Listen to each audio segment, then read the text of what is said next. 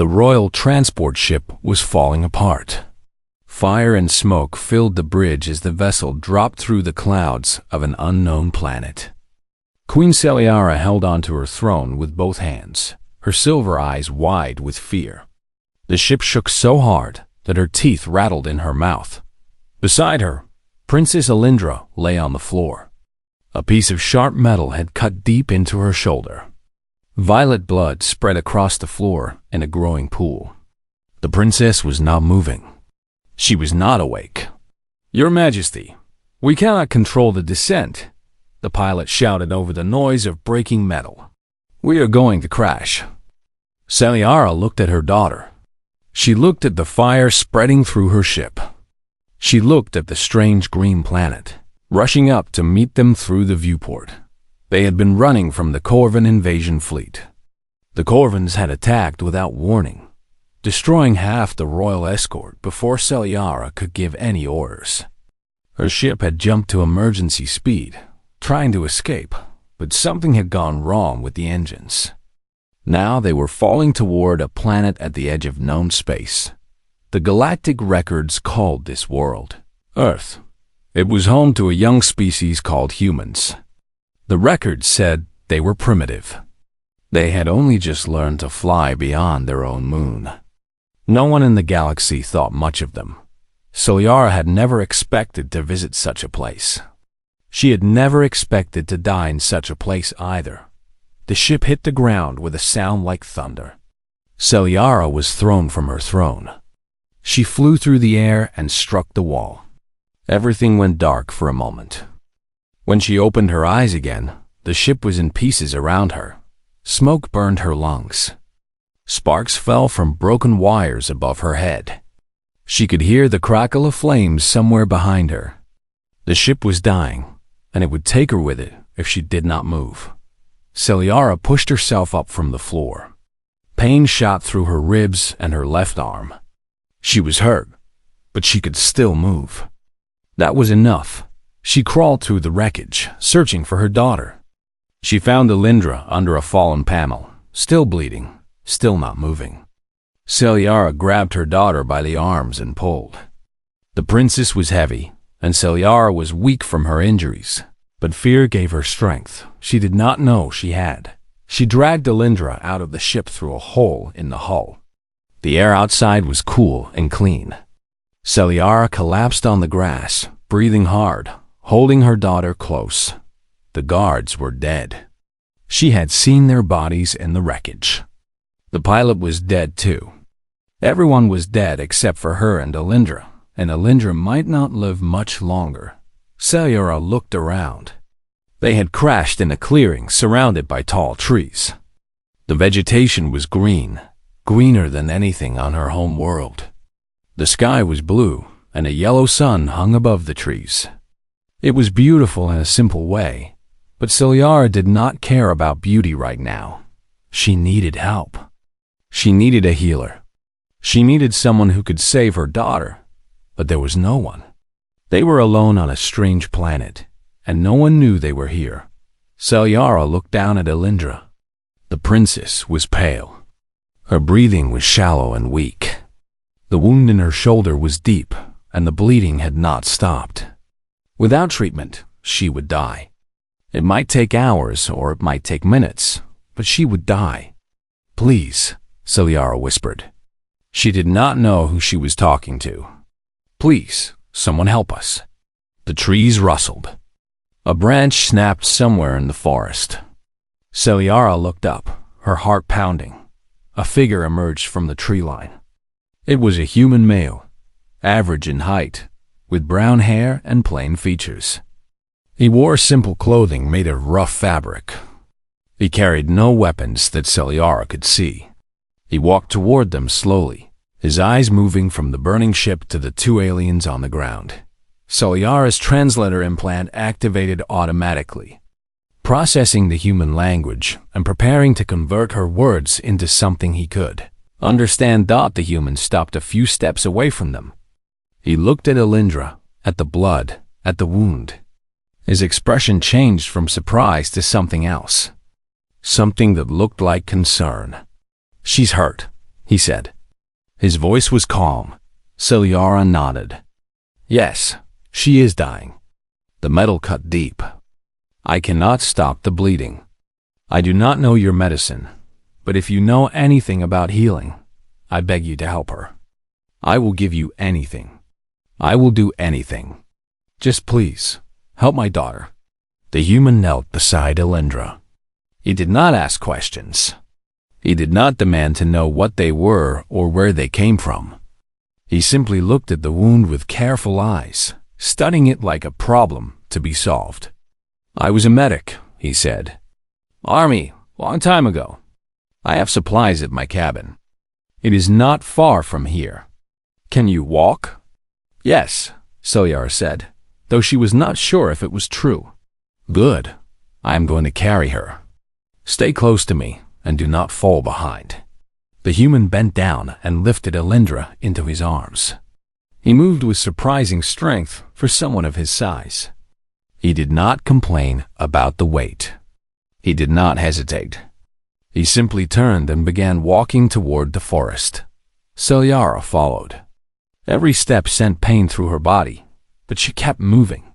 She watched the human carry her daughter through the trees, watched how carefully he held her, watched how he adjusted his grip to avoid touching the wound.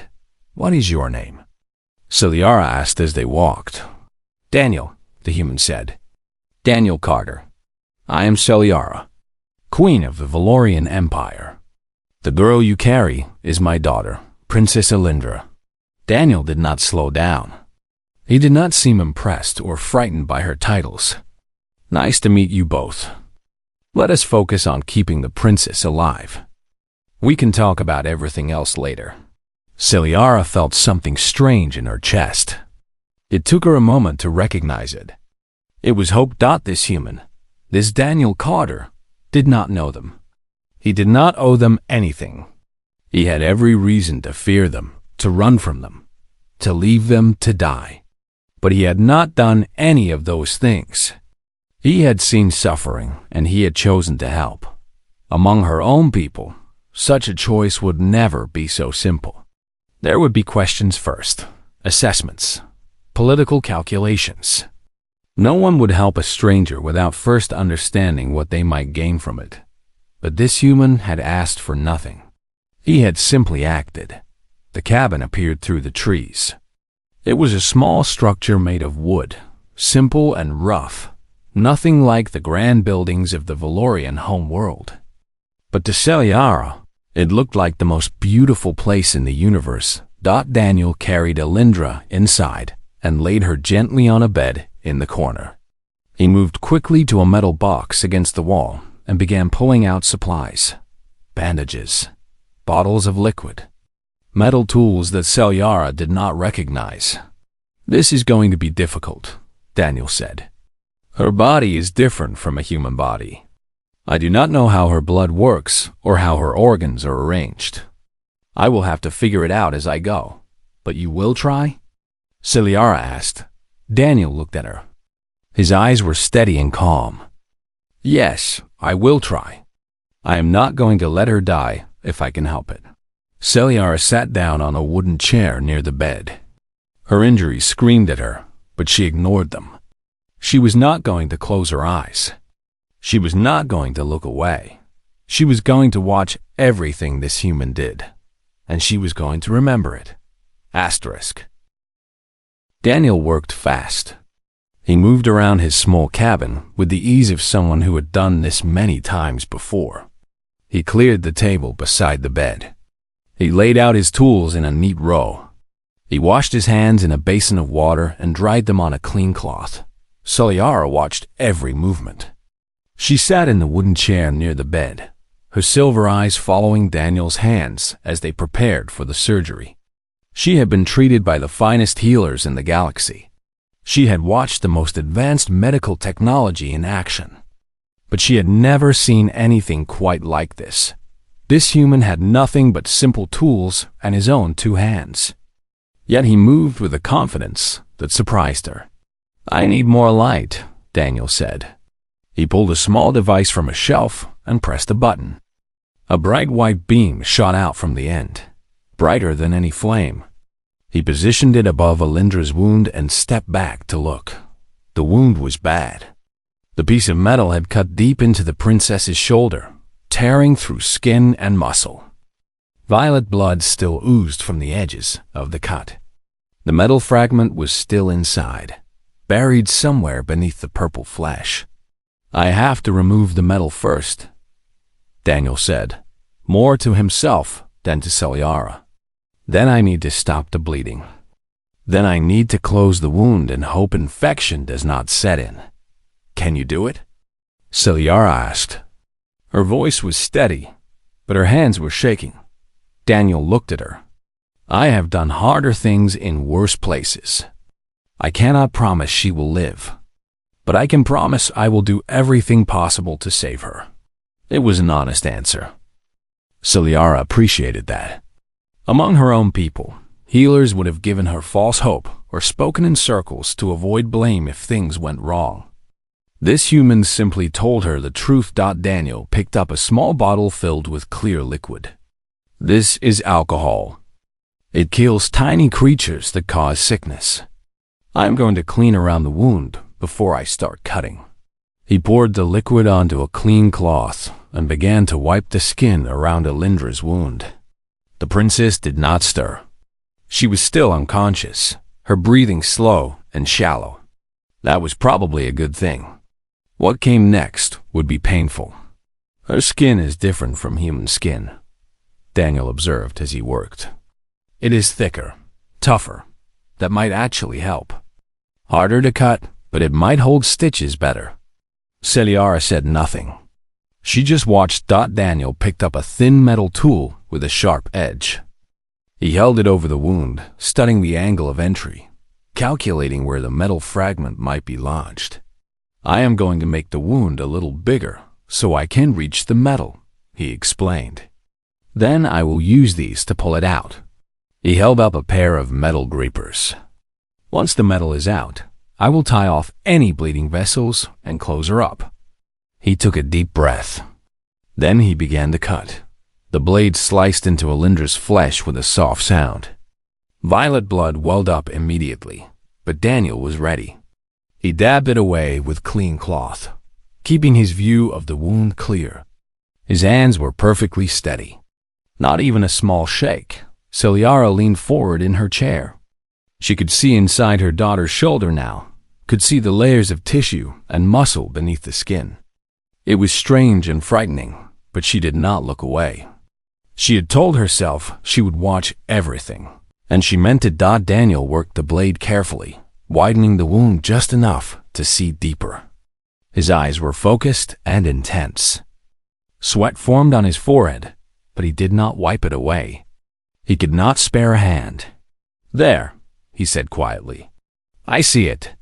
The metal fragment was lodged against something that looked important. A thick cord of tissue that pulsed slightly with each of Alindra's heartbeats. Daniel studied it for a long moment. "That looks like a blood vessel," he said. "A big one. The metal is pressing against it but is not cut through. If I am not careful, I could open it. That would be very bad." "How bad?" Celiara asked. "She would bleed out in minutes. I would not be able to stop it." The cabin was silent, except for the sound of Alindra's weak breathing. Daniel picked up the metal grippers. He positioned them carefully, approaching the fragment from an angle that avoided the blood vessel. His movements were slow and precise. There was no room for error. "I'm going to pull it out now," he said. "She might wake up from the pain. If she does, hold her down. Do not let her move. If she moves while the metal is coming out, it could cut the vessel." Celiara stood and moved to her daughter's side. She placed her hands on Alindra's shoulders, ready to hold her still. Daniel gripped the metal fragment with the tool. He took a breath. Then he pulled. Alindra's eyes flew open. A scream tore from her throat, high and sharp and full of pain. She tried to sit up, tried to pull away, but Celiara held her down with all her strength. "Stay still, my child," Celiara said in their native language. "I know it hurts." But you must stay still. Daniel did not stop. He kept pulling, steady and controlled, even as Alindra screamed and thrashed beneath her mother's hands. The metal fragment came free with a wet sound. Blood followed it, pouring from the wound in a violet stream. Daniel dropped the fragment and grabbed a clean cloth. He pressed it hard against the wound, applying pressure to stop the bleeding. Hold on. Just hold on. Alindra was crying now, tears streaming down her pale face. But she had stopped fighting. She lay still, her chest heaving, her eyes fixed on the ceiling. The bleeding is slowing, Daniel said after a long moment. The vessel is intact. I did not cut it. Celiara felt tears in her own eyes. She blinked them away. There would be time for tears later. Daniel worked for another 2 hours. He tied off the smaller vessels that were bleeding. He cleaned the inside of the wound with more of the clear liquid. He stitched the torn muscle back together with needle and thread, his fingers moving with the skill of long practice. Celiara watched every stitch. She watched how Daniel held the needle, how he pulled the thread tight but not too tight, how he tied each knot with a small twist of his wrist. She watched how he spoke softly to Alindra as he worked, telling her that she was doing well, that she was brave, that everything was going to be fine. Alindra had fallen unconscious again. She could not hear him. But Daniel kept talking anyway. Finally, he closed the skin with a row of neat stitches. He covered the wound with clean bandages and stepped back from the bed. He was covered in violet blood.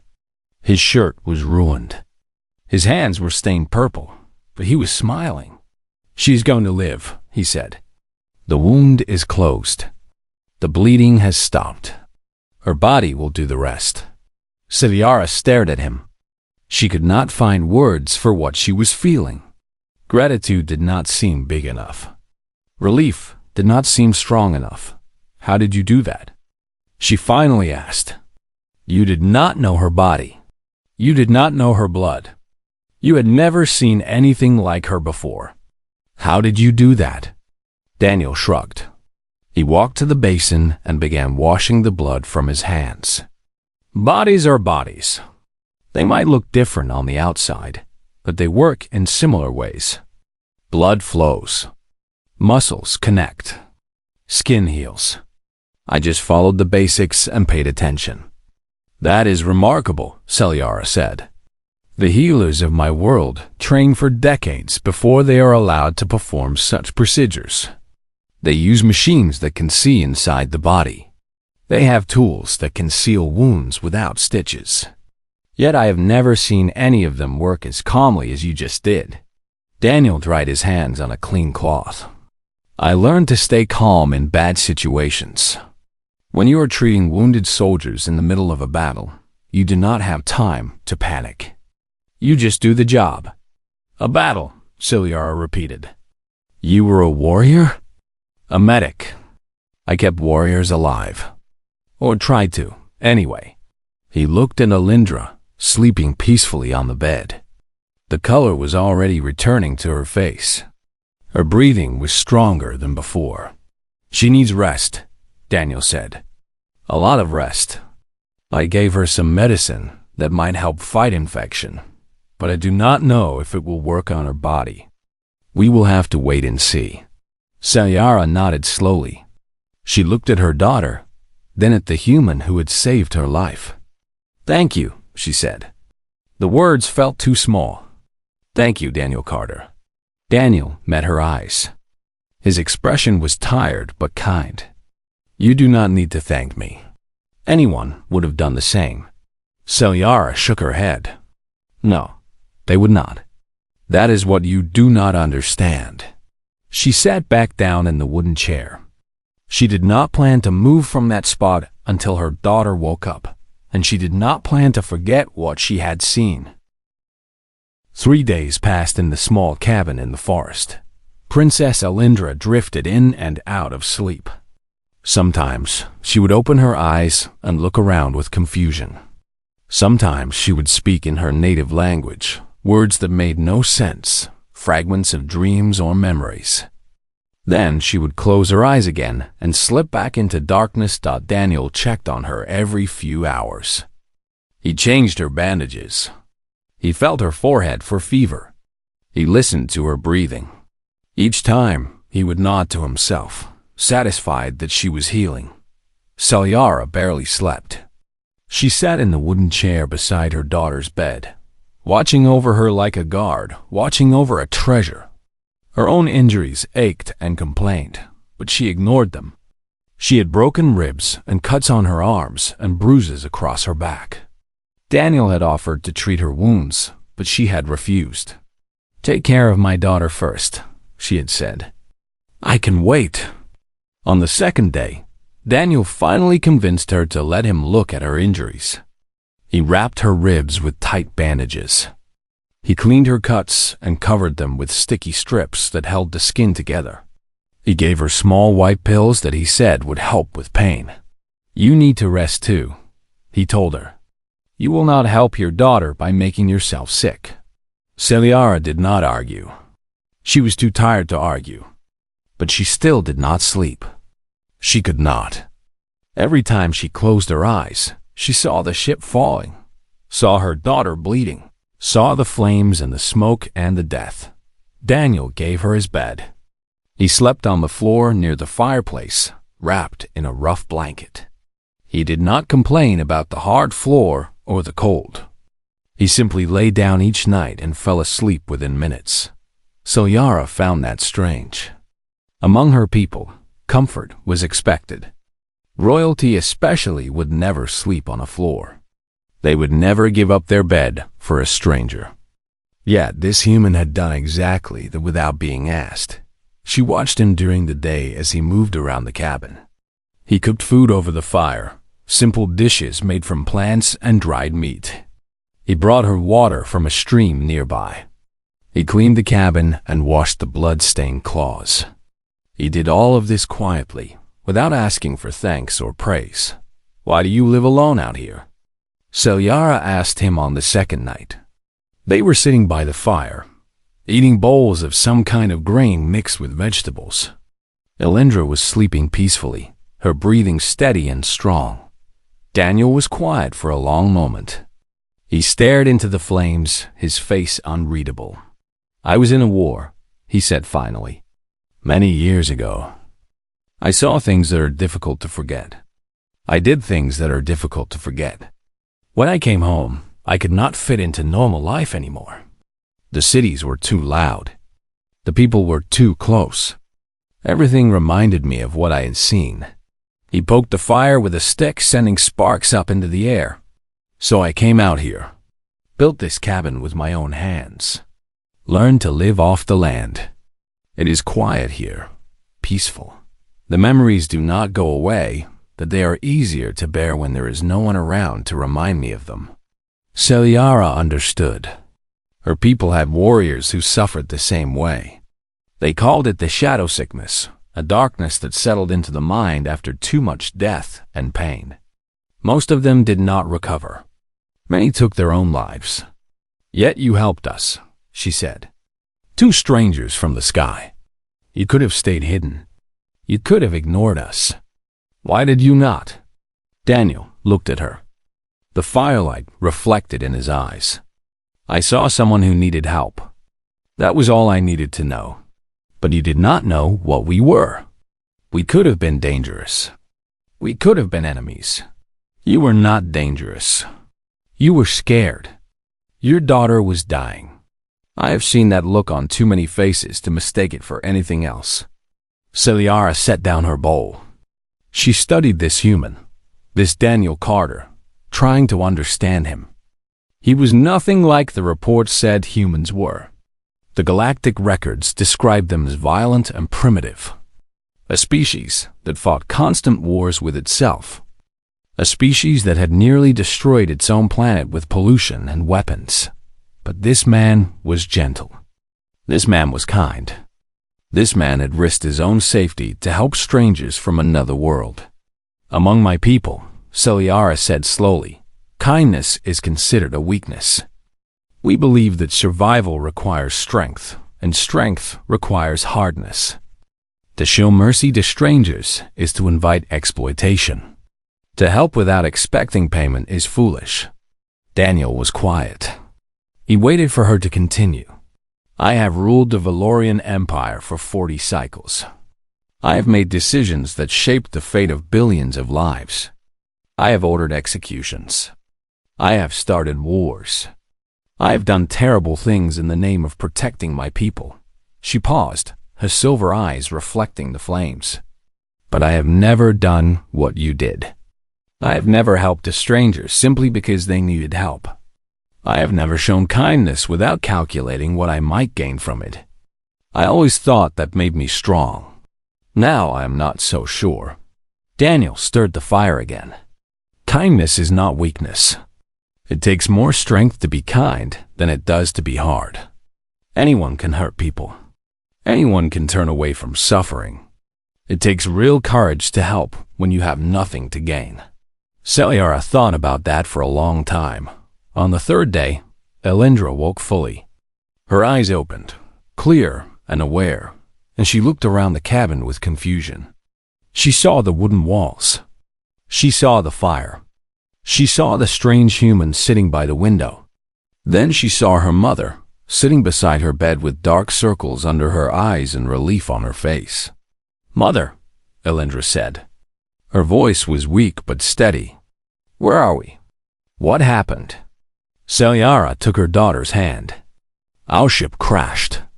We are on a planet called Earth. This human saved your life." Elendra turned her head to look at Daniel. He stood and walked closer to the bed, keeping his movements slow and non-threatening. "How do you feel?" he asked. "Sore," Elendra said. Her translator implant processed his language automatically. "My shoulder hurts." "That makes sense. You had a piece of metal stuck in there.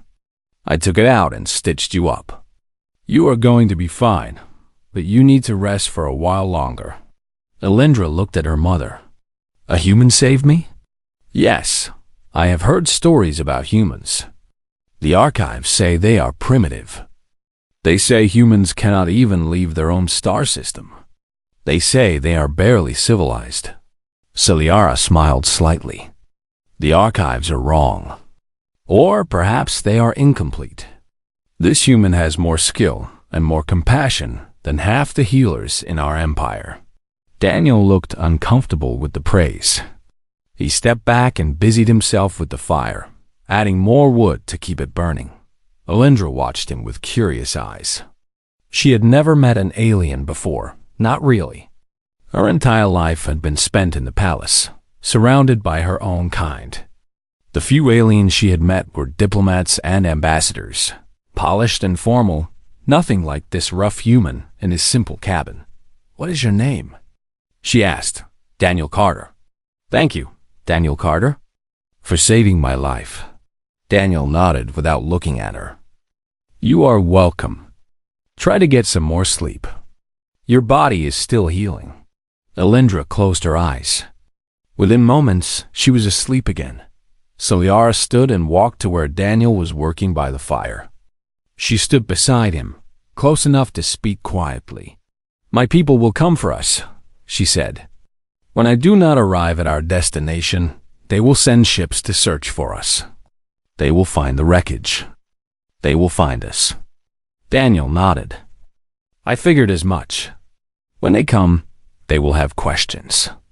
They will want to know about you, about your world, about your people. What will you tell them?" Celiara was silent for a moment. She looked at her daughter, sleeping peacefully on the bed. She looked at the bandages on her own arms. She looked at this small cabin in the forest, this humble place that had become their shelter. "I will tell them the truth," she said. "I will tell them that a human saved the life of a Valorian princess. I will tell them that kindness exists on this world.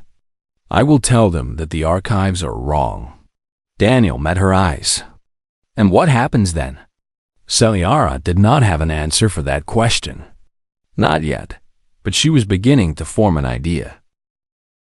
On the fourth day, Daniel helped Celiara return to the crashed ship. The walk through the forest was slow. Elindra was still too weak to leave the cabin, so she stayed behind, resting in the bed with strict instructions not to move. Celiara's own injuries made the journey difficult, but she refused to stop or complain. There was work to be done.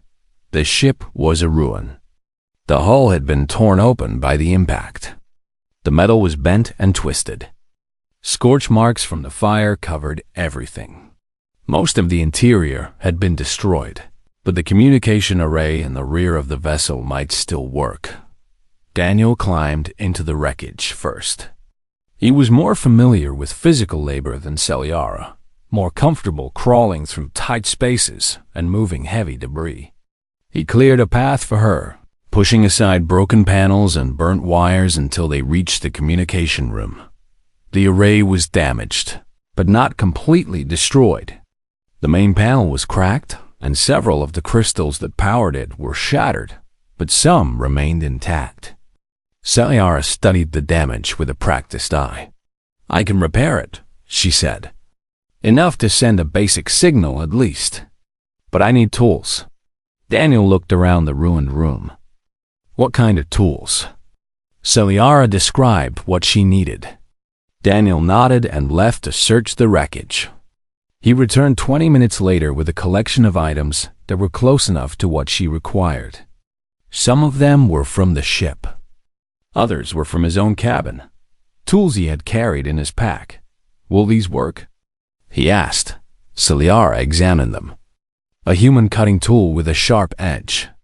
Some kind of bonding material in a tube. Thin wires made of copper. None of it was designed for Valorian technology, but she could make it work. "Yes, give me time." She worked for 3 hours. Daniel sat nearby, watching her the same way she had watched him during the surgery. He saw how her long fingers moved across the broken machinery. He saw how she connected wires and replaced crystals and rerouted power from one system to another. He did not understand most of what she was doing, but he could see the skill in her movements. Finally, Celiara pressed a button on the panel. A light flickered to life. A soft hum filled the room. "It is working," she said. "I can send a distress signal. The nearest Valorian outpost is several light cycles away, but if the signal reaches them, they will send ships." She entered a series of commands. The array began to broadcast, sending her message out into the stars. "Now we wait," she said. They returned to the cabin. Elindra was awake, sitting up in bed and looking much stronger than before. Her color had improved, and her eyes were clear and bright.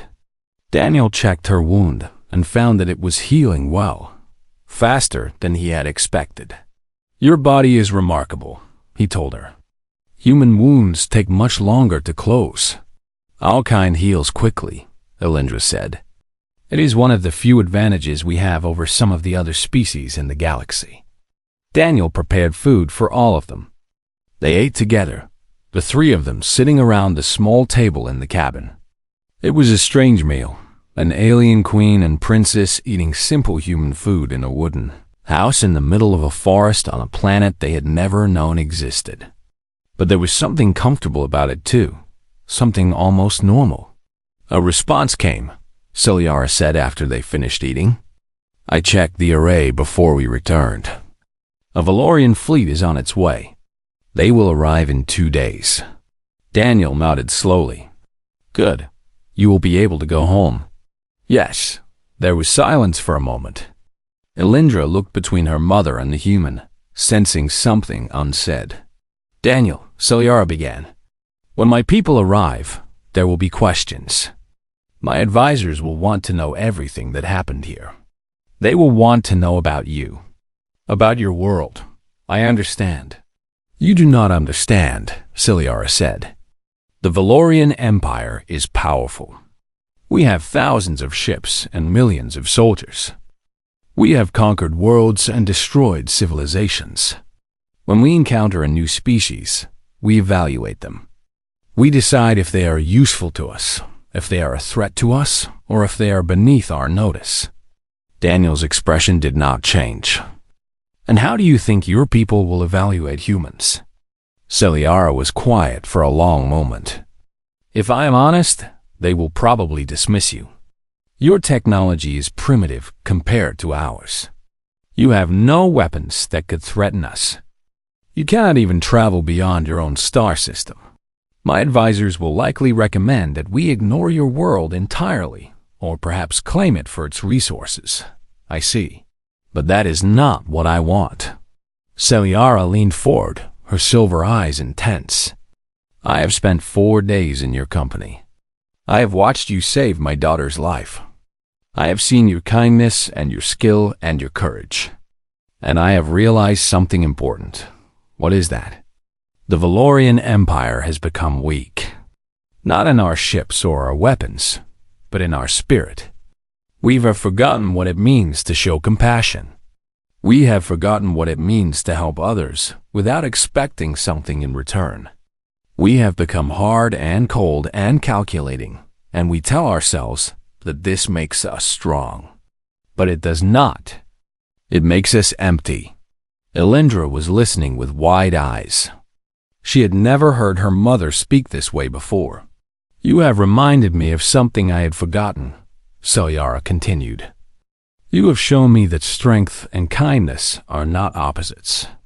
You can be powerful and still be good. You can be a warrior and still be gentle. Your species may be young, Daniel Carter, but you have something that we have lost. Daniel shook his head. I am just one person. I do not represent all of humanity. There are humans who are cruel. There are humans who hurt each other. There are humans who would have left you to die. I am not special. Perhaps. But you are the human I met. You are the human who saved my daughter. And your actions will shape how I see your entire species. That does not seem fair. Celiara smiled slightly. Fairness is a luxury that queens cannot always afford. We must make decisions based on limited information. We must judge entire worlds based on the few individuals we encounter. It is not fair, but it is reality. Daniel stood and walked to the window. He looked out at the forest, at the trees he had come to know so well over his years of solitude. What are you going to do? He asked. I do not know yet, but I am forming a plan. Elindra spoke up for the first time. Mother, what plan? What are you thinking? Celiara looked at her daughter. I am thinking about the future. Not just our future, but the future of this world and the people on it. I am thinking about what kind of empire I want to lead. I am thinking about what kind of queen I want to be. She turned back to Daniel. When my fleet arrives, my advisors will expect me to act as I have always acted. They will expect calculations and assessments. They will expect me to be cold and practical. But I have decided to do something different. What? I am going to show them what kindness looks like. I am going to show them that there is another way. The night fell over the forest. Daniel lit the fire and added more wood. Celiara sat beside her daughter, holding her hand. The three of them sat in comfortable silence, waiting for what the next 2 days would bring. Daniel thought about what Celiara had said.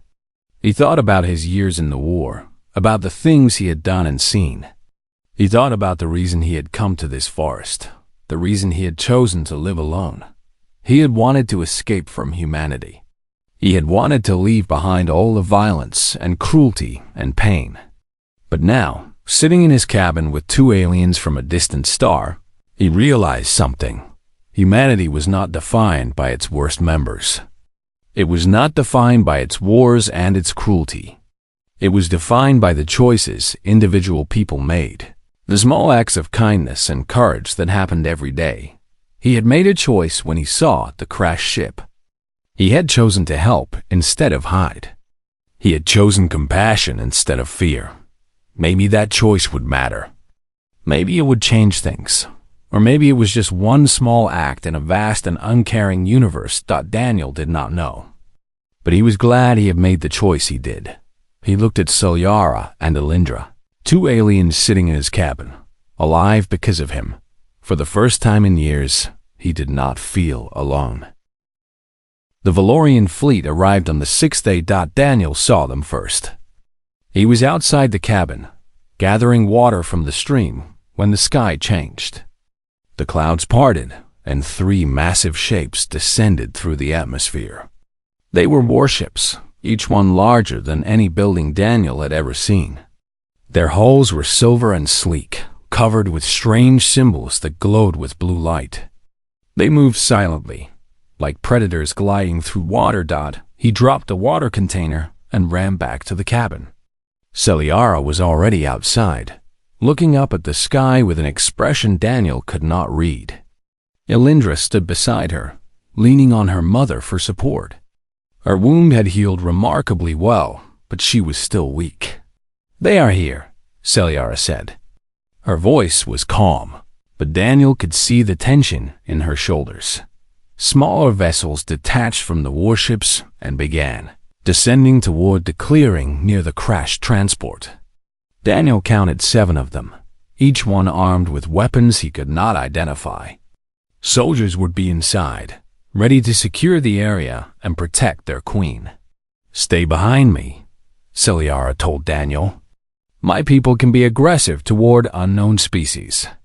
Let me speak first." Daniel nodded. He did not like the idea of hiding behind anyone, but he understood the wisdom of her words. These were aliens with technology far beyond anything Earth possessed. He was in no position to fight them. The shuttles landed in the clearing. Their doors opened and soldiers poured out. They were tall, taller than Celiara, with the same silver eyes and pale skin. They wore armor that seemed to be made of the same material as their ships, and they carried weapons that hummed with energy. An officer stepped forward. He was older than the others, with gray streaks in his dark hair and scars on his face. He wore medals on his chest and carried himself with the bearing of someone used to command. "Your Majesty," he said, dropping to one knee before Celiara. "I am Admiral Tyron. We received your distress signal and came as quickly as possible. We feared the worst when we found the wreckage of your transport." "Rise, Admiral," Celiara said. Her voice had changed. It was harder now, more formal. This was not the woman who had sat by the fire and talked about kindness. This was a queen. "I am alive. My daughter is alive. We owe our survival to the native of this world who stands behind me." Tyron rose and looked past Celiara at Daniel. His silver eyes narrowed with surprise and something that might have been discussed. A human? The records say humans are barely capable of atmospheric flight. How could a primitive creature have saved the royal family? "That is not your concern, Admiral. What matters is that he did." Tyron's jaw tightened, but he did not argue. "As you say, Your Majesty. Shall I have my soldiers secure this human for questioning?" "You will do no such thing." Celiara's voice was cold. "This human is under my personal protection. Any soldier who touches him will answer to me directly." The soldiers shifted uncomfortably. Tyron's face showed his confusion, but he bowed his head. "Yes, Your Majesty." Celiara stepped forward, moving past Tyron to address the assembled soldiers. Her robes were torn and dirty, her hair was uncombed, and she had dark circles under her eyes. But she stood tall, and her voice carried across the clearing. "I have called you here not just for rescue, but to witness something important. I am going to issue a royal decree." A murmur ran through the ranks.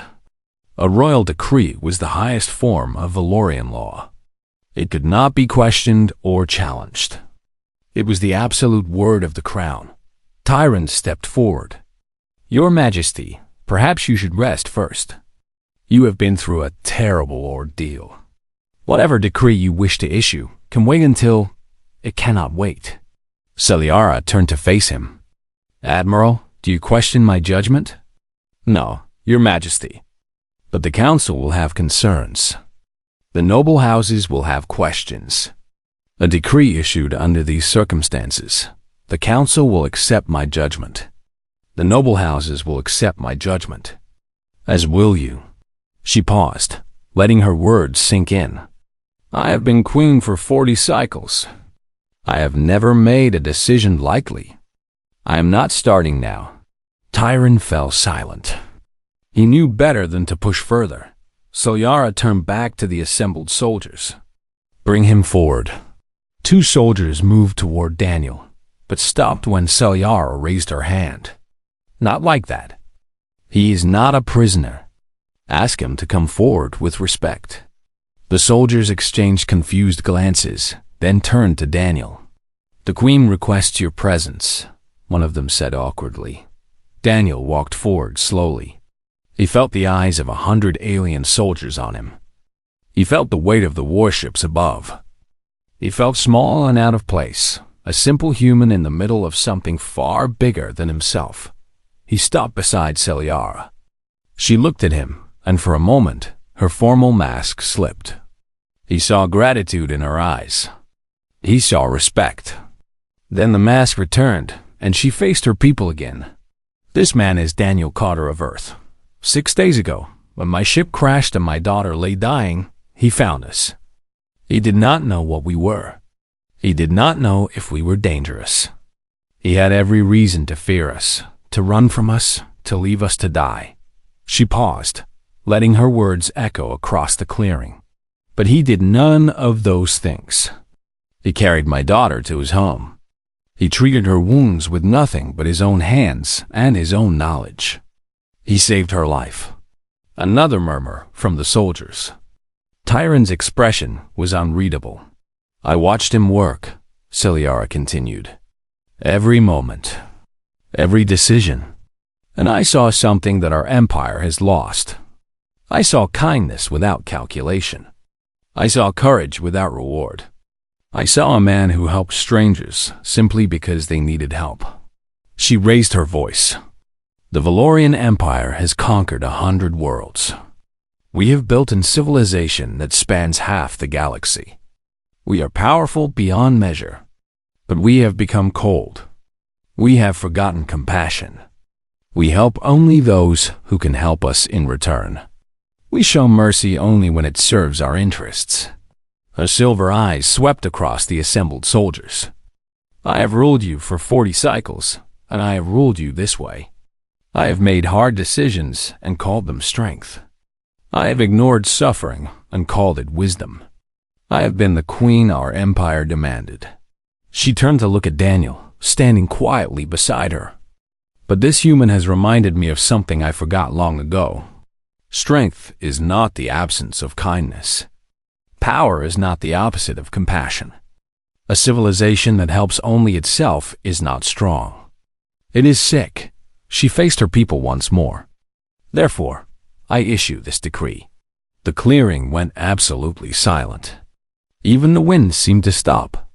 "The planet Earth and all humans who live upon it are hereby placed under the full protection of the Valorian Empire.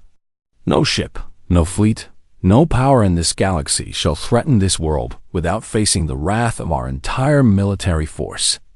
Furthermore, humanity is granted provisional status as allies of the Empire, with all the rights and privileges that status brings." Tyron stepped forward again. "Your Majesty, with respect, this is unprecedented. A primitive species elevated to ally status on the basis of one individual? The Council will never accept it. The noble houses will object. The other great powers will see it as weakness." Selyara looked at him with cold eyes.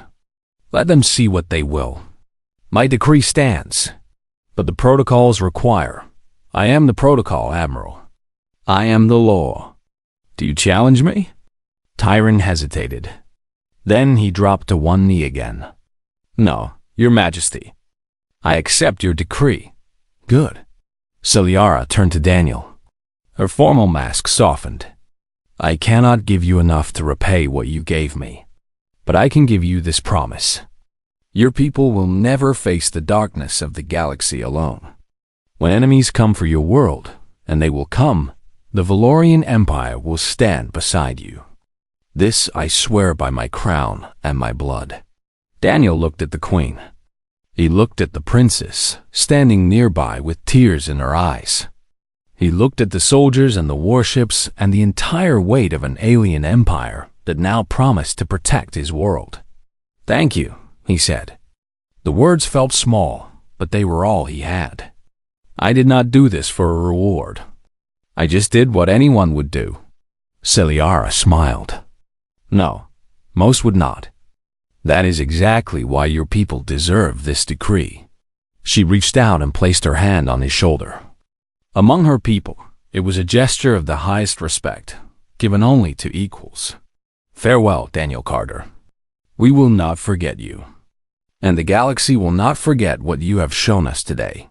The Valorian fleet departed 3 hours later. Daniel stood in the clearing and watched the ships rise into the sky, growing smaller and smaller until they disappeared among the stars. He was alone again. The forest was quiet. The wind rustled through the trees, but everything had changed. He did not know it then, but the decree Celiara issued that day would echo through history. It would be studied and debated for centuries. It would shape the fate of worlds and species and empires, and it would be remembered, always, as the moment when humanity was no longer alone in the universe, all because one man in a cabin in the woods had chosen to help a stranger in need. Daniel turned and walked back to his cabin. He had water to gather and wood to chop and a fire to tend. Life went on. It always did. But now, when he looked up at the stars, he knew that somewhere out there, someone was watching over his world. And it had all started with a simple act of kindness.